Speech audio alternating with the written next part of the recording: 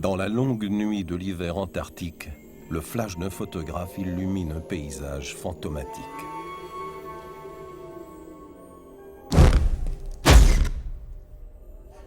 Nous sommes en 1915 et un navire britannique, l'Endurance, est coincé dans une vaste mer de glace. Ces rares images photographiques enregistrent pour les temps à venir un drame vécu extraordinaire. 28 hommes échoués aux confins de la Terre, sans le moindre espoir d'être secourus. L'histoire de ces hommes et de leur chef, Sir Ernest Shackleton, est une saga d'héroïsme et d'endurance humaine qui sera à jamais considérée comme une des plus grandes aventures de tous les temps.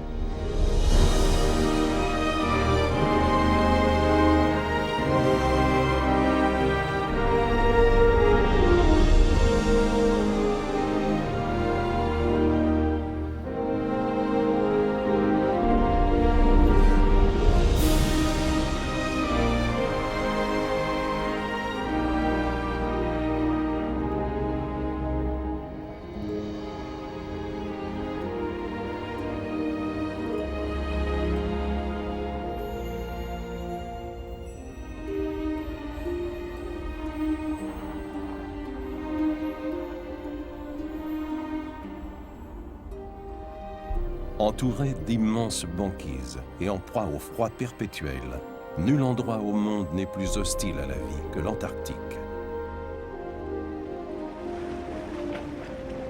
Aussi austère qu'une lointaine planète, ce continent a été le dernier à être atteint par les explorateurs.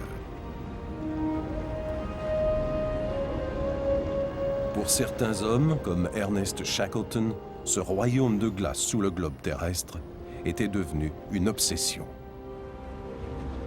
Je me sentais étrangement attiré par le sud mystérieux. Je m'étais juré qu'un jour je me rendrais dans cette région de glace et de neige et que je marcherais jusqu'à atteindre un des pôles de la Terre, l'extrémité de l'axe sur lequel tourne cette grande boule ronde.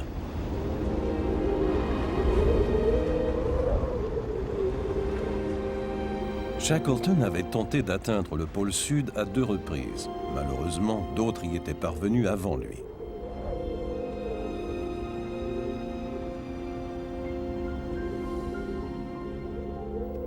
Un nouveau rêve l'habita alors. Être le premier explorateur à traverser le continent de l'Antarctique de part en part, à pied.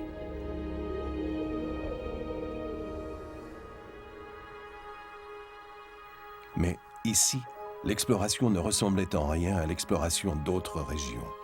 Les premiers explorateurs avaient dû faire face à des vents de plus de 160 km/h et à des températures qui dégringolaient jusqu'à moins 60 degrés Celsius.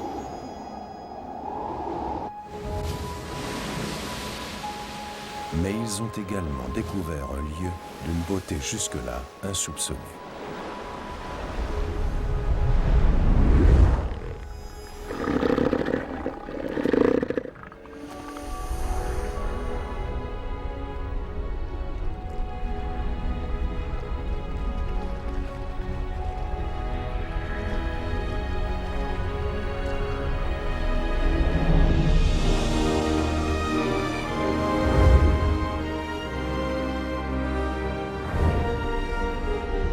Pour Shackleton et les autres qui s'aventuraient dans les régions australes, la porte d'accès à l'Antarctique était une île lointaine de rocs et de glace appelée Géorgie du Sud. Les stations baleinières qui s'y trouvaient constituaient les derniers avant-postes de la civilisation. Au mois de novembre 1914, l'Endurance, mise à l'ancre, embarquait ses derniers approvisionnements, tandis que son équipage s'impatientait de passer à l'histoire. Né en Irlande et déjà reconnu comme héros national britannique, Ernest Shackleton était un homme d'une ambition colossale et d'un optimisme sans bornes. Il considérait son expédition comme étant la dernière grande odyssée polaire de l'époque héroïque de l'exploration. Pour traverser le continent, il allait parcourir 2400 km avec ses traîneaux à chiens. Mais pour atteindre son point de départ à la baie de Vazel, il lui faudrait naviguer sur les eaux inexplorées de la mer de Weddell. Le voyage serait photographié et filmé par l'Australien Frank Hurley, qui ne reculait devant rien pour obtenir une bonne image.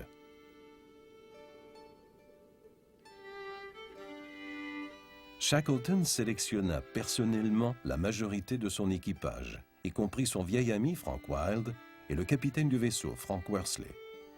On raconte qu'il avait affiché un avis de recrutement plutôt inhabituel. Homme demandé pour voyage hasardeux, petit salaire, froid glacial, retour à bon port incertain. Il y eut 5000 volontaires, mais l'équipage, composé de scientifiques, d'officiers et de matelots, se limita à 27 hommes.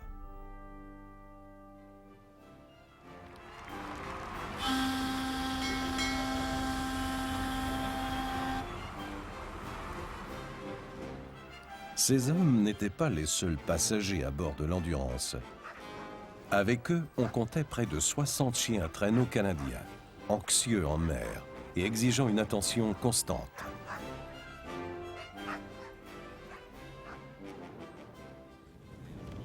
En dépit des mises en garde des baleiniers quant à l'état des glaces, les pires de mémoire d'hommes, ils quittèrent la Géorgie du Sud le 5 décembre 1914. La terre ferme s'éloignant jusqu'à disparaître, l'équipage perdit tout contact avec le monde extérieur. À peine 2 jours plus tard, des signes de mauvais augure apparurent. Des glaces flottantes imprévues et d'énormes icebergs.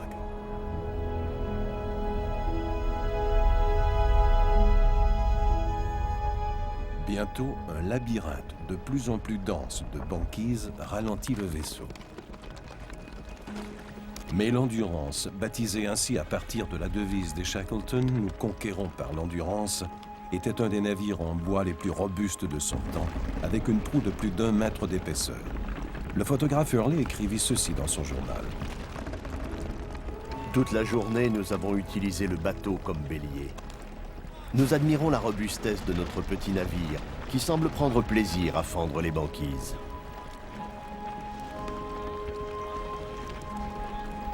Pendant 6 semaines, l'Endurance a combattu les glaces, esquivant les banquises ou les brisant pour se frayer un passage. Il y avait peu d'inquiétude chez les hommes. Ils avaient une confiance inébranlable en Shackleton. Pour eux, c'était le patron.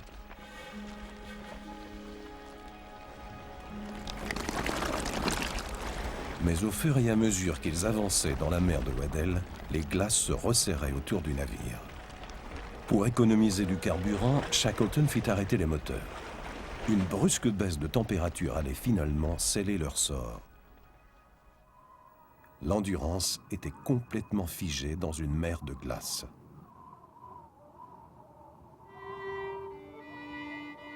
Le charpentier du navire, Chippy McNish. Nous avons tenté de couper la glace, mais ce fut peine perdue. Je ne nous donne guère de chance de nous en sortir. Ils étaient piégés, sans aucun moyen de demander du secours du monde extérieur. Le médecin du navire, Alexander McLean. Shackleton fit preuve d'une grande force de caractère. Il ne manifesta aucun signe de découragement. Il nous dit simplement et calmement que nous allions passer l'hiver sur la banquise. Ils reprendraient leur route lorsque la glace se disloquerait au printemps. Hurley rapporta dans son journal que la vie se transforma en une routine presque agréable. Tels des écoliers, les hommes s'adonnaient à toutes sortes de jeux.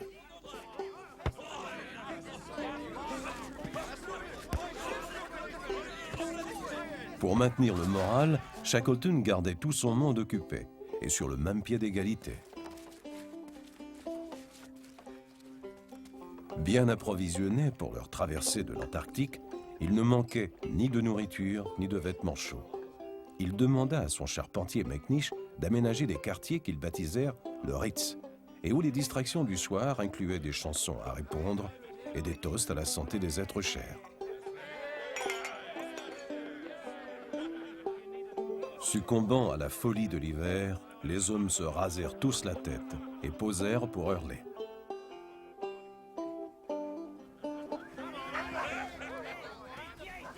Les chiens devinrent leurs compagnons et une source inépuisable de divertissement.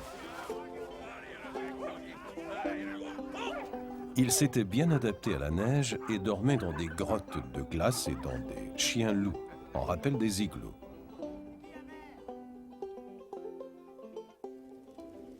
Shackleton inspirait un climat de camaraderie. Il entretenait chez les hommes l'idée que la force résidait dans l'union. Une union qui allait bientôt être mise à l'épreuve par une catastrophe.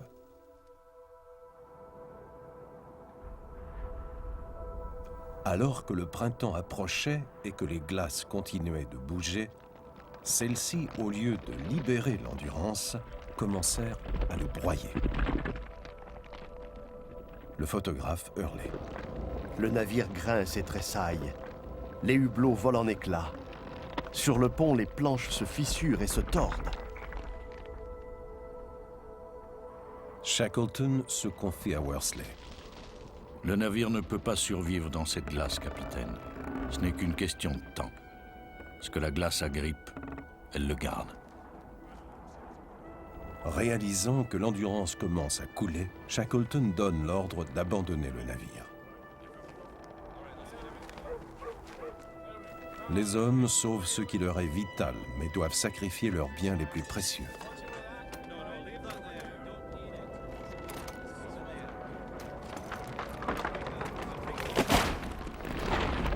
Nous avions appris à l'aimer. Il nous était très pénible d'assister à son supplice. Le navire qui, pendant 326 jours, avait été leur maison et leur espoir, avait maintenant disparu. C'était pour eux le moment le plus sombre qu'ils aient connu.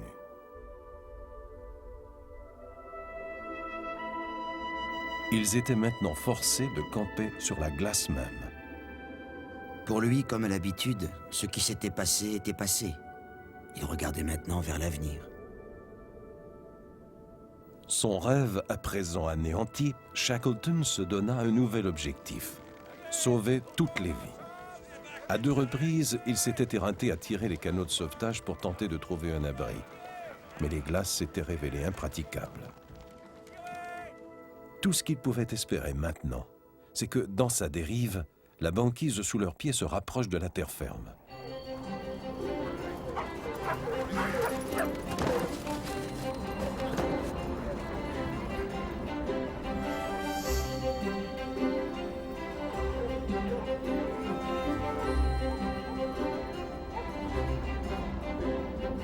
Ils baptisèrent leur nouveau domicile Camp Patience, puisque tout ce qu'ils pouvaient faire, c'était d'attendre. Le capitaine Worsley. La seule chose à laquelle nous pensons maintenant, c'est la nourriture.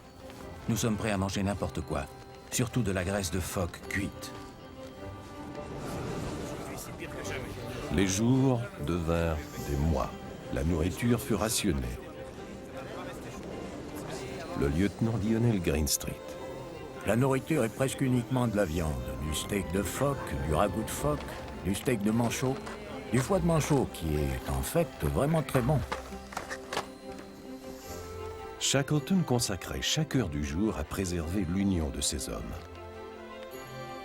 On raconte qu'une fois, Greenstreet avait renversé sa tasse de lait et que, le voyant au bord des larmes, les autres, sans un mot, la lui avaient remplie à nouveau en lui donnant chacun un peu de lait de leur tasse. Pour provoquer le rire qui se faisait de plus en plus rare, Shackleton et Worsley se mirent à danser. L'officier Thomas Ortelise. Ça, c'est bien, Sir Ernest. Sa bonne humeur constante est inappréciable pour la bande d'explorateurs déçus que nous sommes. C'est un des plus grands optimistes qui existent.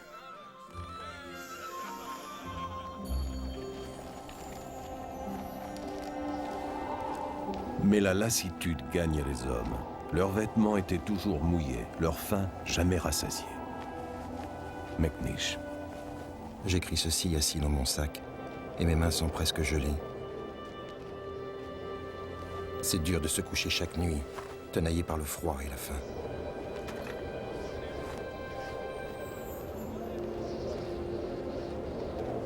Après 5 mois sur une banquise à la dérive, un curieux mouvement se fit sentir. L'ondulation de l'océan sous eux. La glace se fissurait. Bientôt, il leur serait possible de lancer les canots de sauvetage à la mer et de mettre le cap sur la terre ferme. Selon les calculs du capitaine Worsley, ils avaient dérivé de 960 km vers la péninsule de l'Antarctique et les îles de sa pointe. Ils espéraient atteindre les provisions entreposées à l'île Paulet.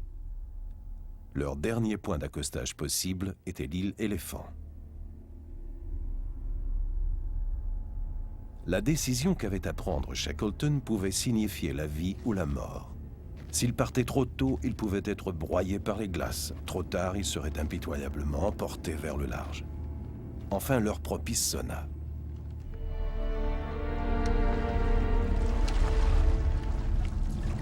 Le matelot William Beckwell. Notre première journée sur l'eau fut une des plus froides et des plus dangereuses de l'expédition. Les glaces étaient déchaînées. Il nous fallait trimer dur pour garder nos canots dans les sillons dégagés. De nombreuses fois, il s'en est fallu de peu que nous ne soyons écrasés par les masses de glace qui s'entrechoquaient.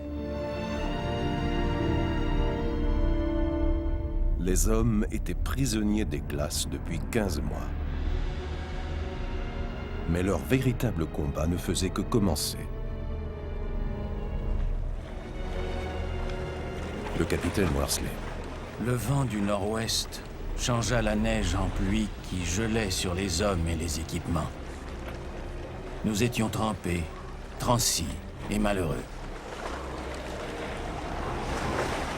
Leurs vêtements se transformèrent en armure de glace. Leurs mains gelèrent sur les rames.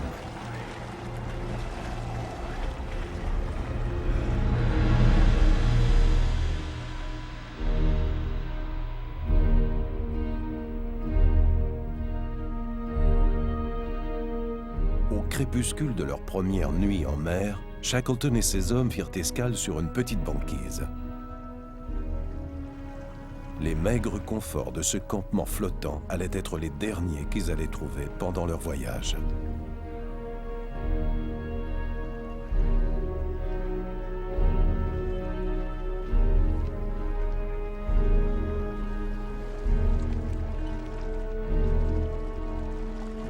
Ne rencontrant que des banquises trop petites pour camper, ils allaient désormais être confinés à leurs canots, jour et nuit, entassés les uns sur les autres.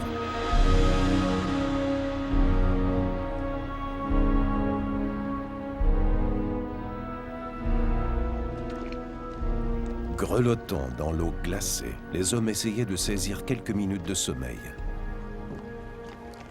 La délivrance tant attendue était devenue un calvaire d'épreuves et de souffrances.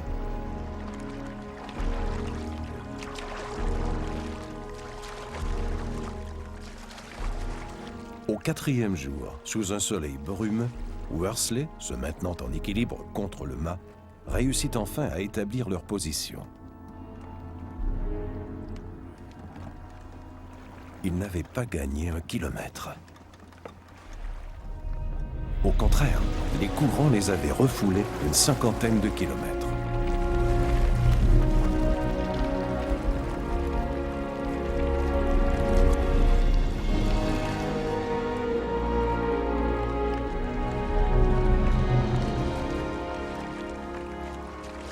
La plupart des hommes avaient l'air fourbus et accablés. Ils avaient les lèvres fendues, les yeux rouges et le visage incrusté de sel. Il est clair qu'il nous faut toucher terre au plus vite. J'ai donc décidé de mettre cap sur l'île Éléphant. Shackleton entreprenait maintenant une course pour sauver la vie de ses hommes. À l'aube du 6e jour, et après une autre nuit blanche, les hommes purent enfin contempler une vue splendide.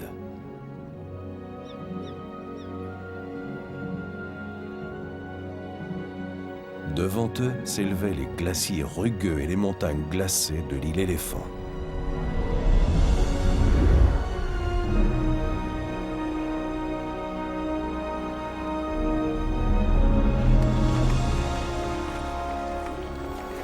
Mais en s'approchant de la côte rocailleuse, ils affrontèrent des courants de marée si puissants qu'ils ne pouvaient pas avancer.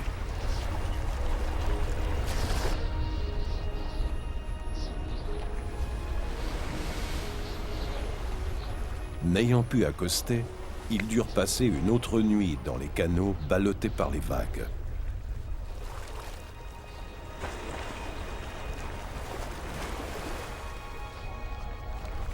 Shackleton, qui avait à peine dormi depuis le départ du camp Patience, qualifierait cette nuit de nuit difficile.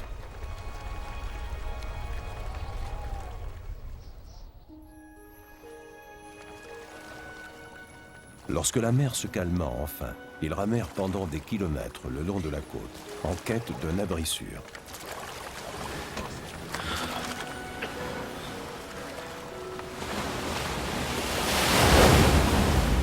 Ils découvrirent une plage étroite faite de roches pilonnées par le ressac.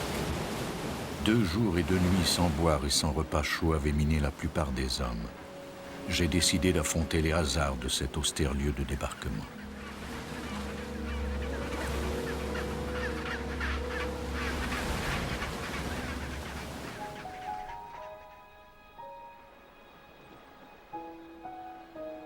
Ils avaient passé 7 jours effroyables en pleine mer, 170 jours à dériver sur une banquise et 497 jours sans avoir foulé la terre ferme.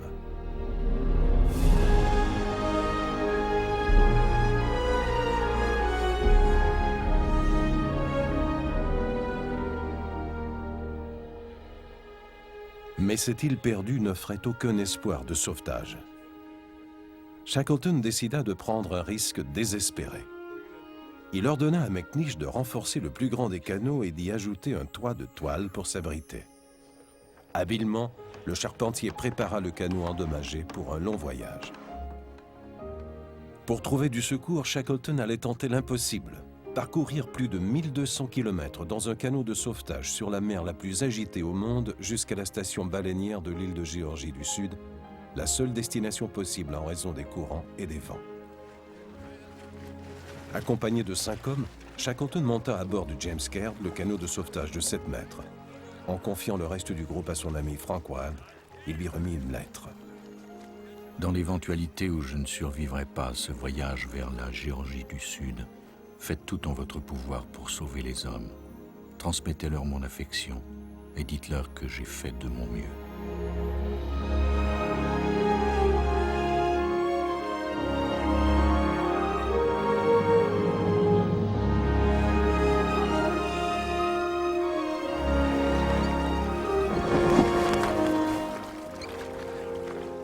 Le Caird prit la mer par une journée exceptionnellement ensoleillée qui faisait scintiller et danser les vagues. Se moquant des chances infimes de réussite, Shackleton et Worsley se mirent à blaguer. Je ne connais rien à la navigation. Vous en faites pas, patron. Moi, je m'y connais. Ceci est mon 3e voyage en bateau.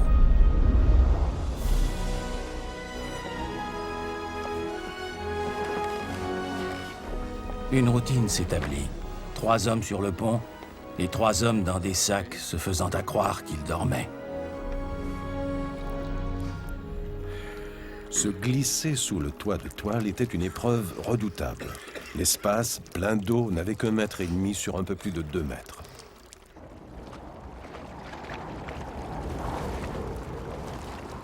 Le 3e jour, Worsley profita d'un peu de soleil pour calculer leur position.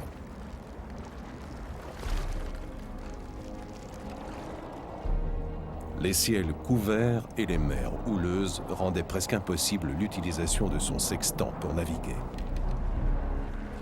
Si Worsley se trompait ne serait-ce que d'1 demi-degré, il pourrait passer complètement à côté de la Géorgie du Sud et disparaître au large.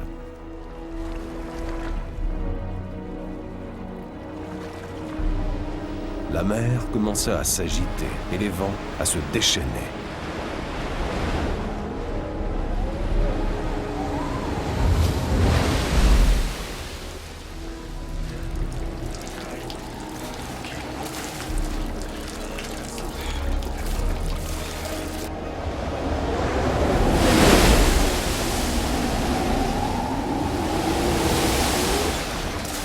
À toutes les 3 ou 4 minutes, nous étions fouettés par les vagues.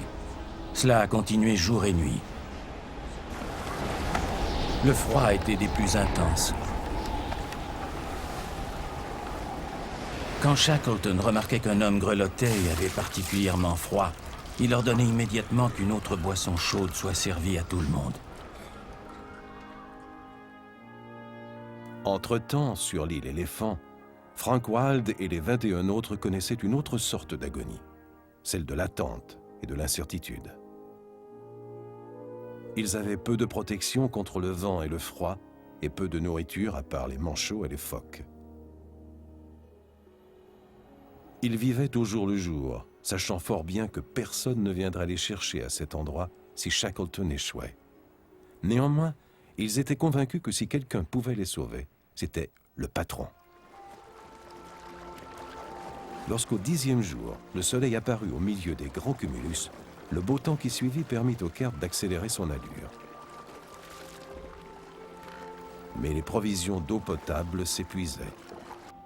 La soif tenaillait les hommes. Pire, ils se mirent à avoir peur de rater la cible de la Géorgie du Sud.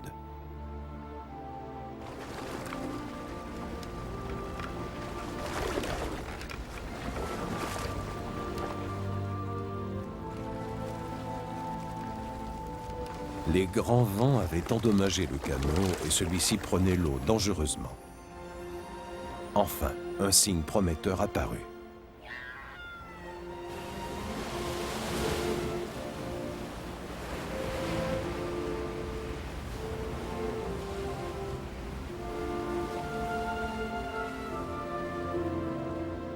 Et puis, au 15e jour, ils aperçurent la Terre.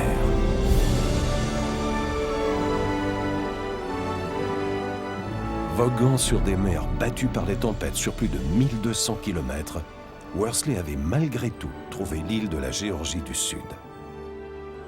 Nous nous sommes regardés avec des sourires réjouis et hébétés. Nous ne pensions tous qu'à une seule chose. On a réussi.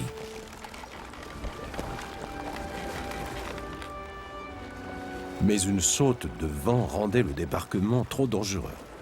Nous avions désespérément besoin d'eau et de repos, mais nous n'avions pas d'autre choix que d'attendre au lendemain matin. Pendant la nuit, la nature leur joua un tour des plus cruels. Ce n'était plus de simples grands vents, mais un véritable ouragan. Shackleton crut que c'en était fini pour eux.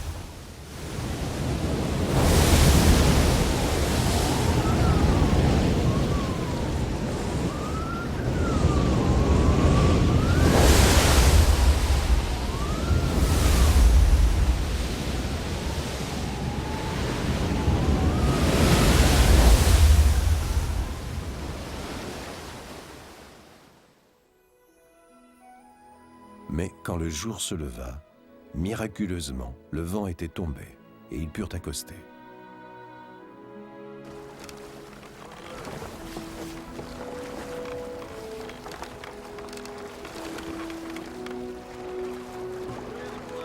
Dans les années à venir, leur voyage à bord du Caird allait être considéré comme l'un des plus grands voyages à ciel ouvert jamais effectués.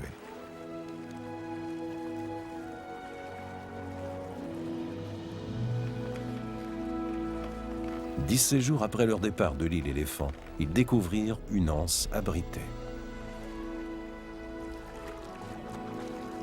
En 1 minute ou 2, nous nous y étions engagés, et dans la noirceur qui croissait, le James Caird fut soulevé par une vague et déposé sur la plage. Ce fut un moment splendide.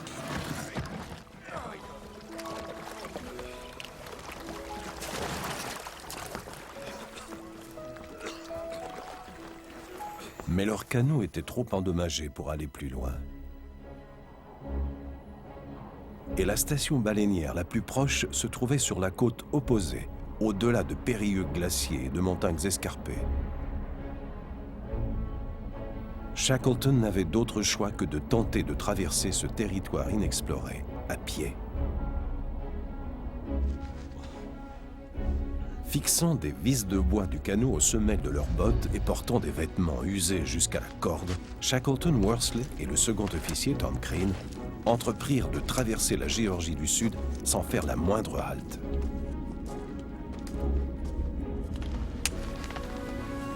Ils ne portaient des provisions que pour 3 jours. 2 compas, une corde et une herminette de charpentier qui servirait de piolet à glace.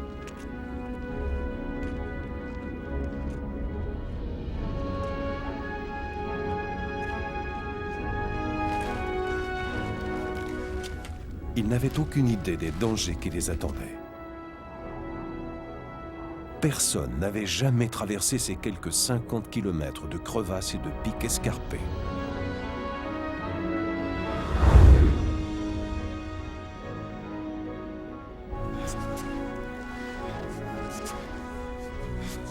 À la fin du premier jour, à la sortie d'un col, ils se trouvèrent devant une pente très longue et très abrupte. Ils ne pouvaient pas s'arrêter par crainte de geler à cette altitude.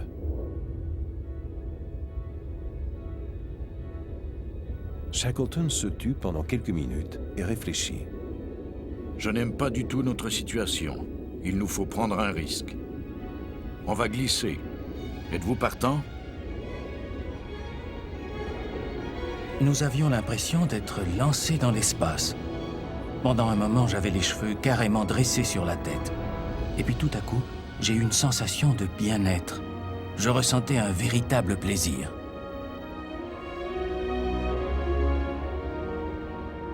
En quelques minutes à peine, ils avaient dévalé près de 700 mètres.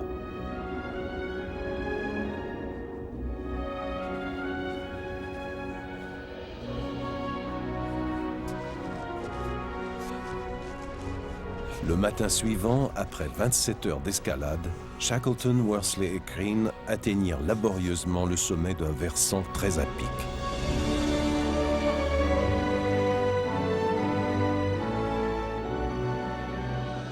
D'après eux, les stations baleinières de la baie de Stromness devaient se trouver de l'autre côté d'une chaîne de montagnes qui se dressait à l'est. Si cela était vrai, le sifflet appelant au travail se ferait entendre à 7 heures.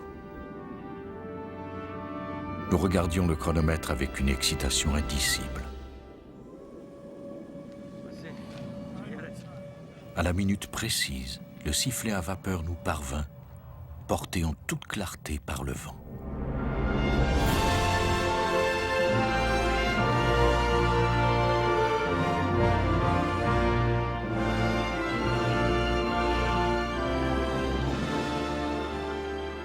C'était le premier son provenant du monde extérieur qu'ils avaient entendu depuis 17 mois.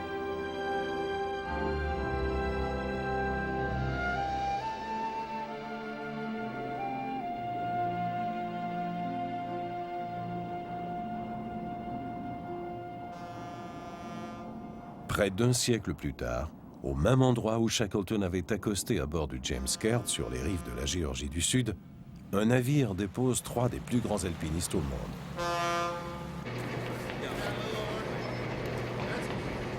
Stephen Venables, Konrad Anker et Reinhold Messner, qui a lui-même réalisé le rêve de Shackleton en étant le premier à traverser à pied l'Antarctique. Ces alpinistes de niveau international vont retracer les pas de Shackleton afin de revivre ce qu'il avait vécu en franchissant l'île. Ils partagent tous la même motivation. Ernest Shackleton est depuis longtemps leur héros. Stephen Venables. Je n'avais tout simplement pas réalisé l'énormité de l'entreprise. Ils ont parcouru de telles distances et sur un terrain tellement difficile. Nous avons dû nous déplacer lentement, prudemment, avec des crampons, ces griffes spéciales à nos pieds, ce qu'eux n'avaient pas. Ces alpinistes ont escaladé quelques-uns des sommets les plus hauts du monde. Et pourtant, la Géorgie du Sud s'est avérée un défi plus ardu que prévu. Konrad Anker. Au début, je me suis dit, bon, ça ne doit pas être si dur que ça. Ils l'ont fait en 1916, et ils n'avaient que des bottes de cuir et une vieille corde. Mais nous avons rencontré un labyrinthe de crevasses et de tours de glace s'étendant dans toutes les directions.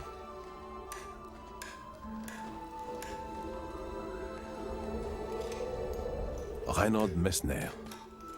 Quand Shackleton et ses hommes l'ont fait, des ponts de neige recouvraient les crevasses. Mais ils auraient pu tomber à travers à n'importe quel moment. Ils se trouvaient dans un monde totalement inconnu.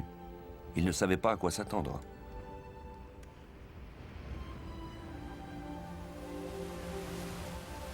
On peut très bien imaginer leur euphorie quand ils ont regardé vers le bas et qu'ils ont vu qu'ils allaient réussir.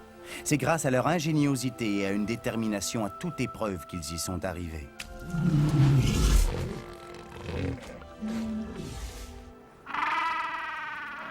Nous avons effectué la traversée en 3 jours, en étant des alpinistes bien entraînés et bien nourris. Et ça a été du travail ardu. Eux l'ont fait en 36 heures et sans se reposer, leurs pieds encore ankylosés de leur voyage en canot. Étant donné leurs conditions physiques et la difficulté de l'escalade, c'est absolument phénoménal qu'ils y soient arrivés. Il n'y a pas beaucoup d'exemples d'endurance humaine que l'on puisse comparer à celui-ci. Shackleton a transformé sa déception en une incroyable odyssée de survie.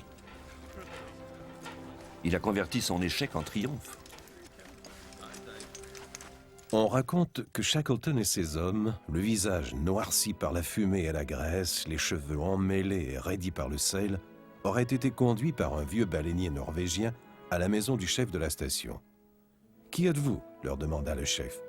L'homme répondit calmement « Mon nom est Shackleton ». Le chef se retourna et pleura. Le plus dur était enfin passé pour Shackleton, mais une seule pensée l'habitait, les hommes qu'il avait laissés derrière.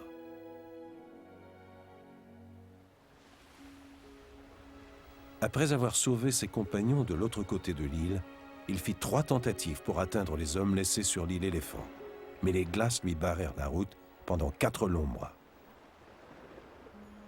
Pour Wild et ses hommes, tout espoir de sauvetage s'effaçait peu à peu.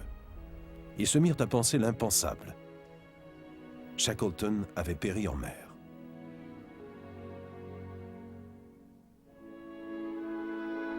Et puis, le 30 août 1916, ils virent un navire se diriger vers eux.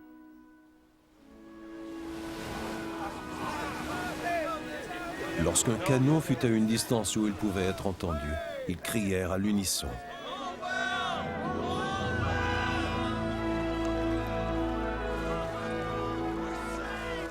Shackleton compta alors anxieusement les silhouettes sur la plage.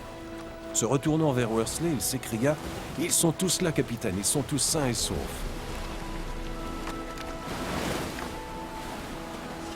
Aucune vie n'avait été perdue. L'histoire de Shackleton et de ses hommes est une épopée de la grandeur humaine. De 27 hommes poussés à la bravoure par leur volonté de vivre. D'un chef héroïquement déterminé à les sauver tous, envers et contre tout.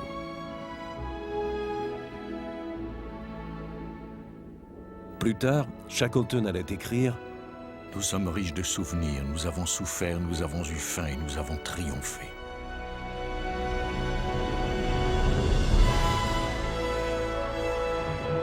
Nous avons vu Dieu et ses splendeurs, entendu ce que la nature a à nous dire. Nous avons touché l'âme de l'homme.